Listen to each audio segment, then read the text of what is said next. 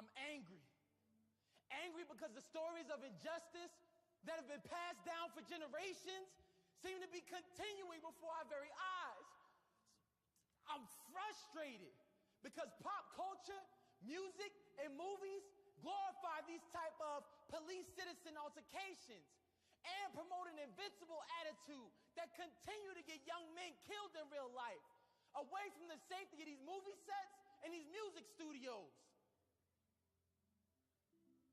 I'm fearful because in the back of my mind, although I know I'm a law-abiding citizen, I still could be looked upon as a threat to those who don't know me. So, I will continue to have to go the extra mile to earn the benefit of the doubt. I'm embarrassed because of the looting, violent protests, and law-breaking only confirm, and in the minds of many, validate the stereotypes, thus the inferior treatment.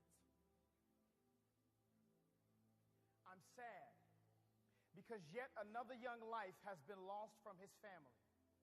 A community is in shambles. Accusations, insensitivities, hurt and hatred are all boiling over. And we may never know what really happened on that day.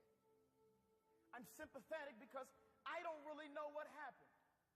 Maybe Darren Wilson acted within his rights and duty as an officer of the law and killed Michael Brown in self-defense like any of us others would do in that circumstance.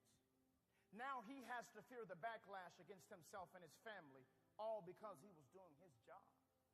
What a horrible thing to endure. Or maybe Darren Wilson provoked Michael Brown and ignited the series of events that ultimately led to him killing Michael Brown just to prove a point.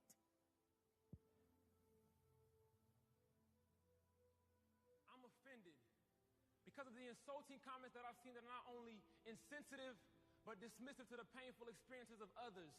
And honestly, I'm confused because I don't understand why it's so hard to obey a police officer. You will not win. And I also don't understand why some police abuse their power. See, power is a responsibility, not a weapon to brandish and lord over the populace. I'm introspective because sometimes I just want to take our side without looking at the facts in situations like these. Sometimes I feel like it's us against them. Sometimes I'm just as prejudiced as the people I point my finger at. And that's not right. How can I look at white skin and make assumptions and not want assumptions made about me? That's just not right.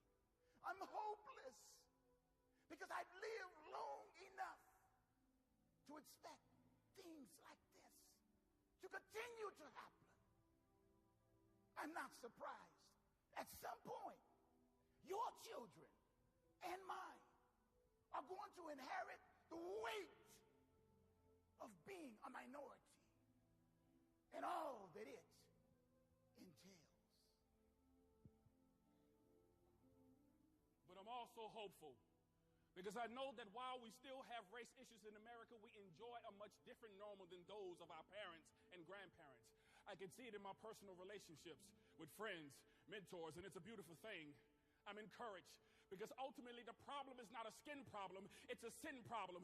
Sin is the reason why we rebel against authority. Sin is the reason why we abuse our authority. Sin is the reason why we are racist, prejudiced, and lie to cover our own sin. Is the reason why we riot, loot, and burn. But I'm encouraged because God has provided a solution for our sin through his darling son, Jesus Christ, with a transformed mind, with a renewed heart, one that is able to look past the outward and see what's truly important in every human being. The cure to the Michael Brown, Trayvon Martin, Tamir Rice, and Eric Gardner tragedies is not education, nor is it exposure.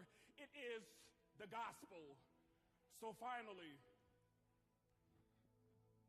I'm encouraged because the gospel gives mankind hope.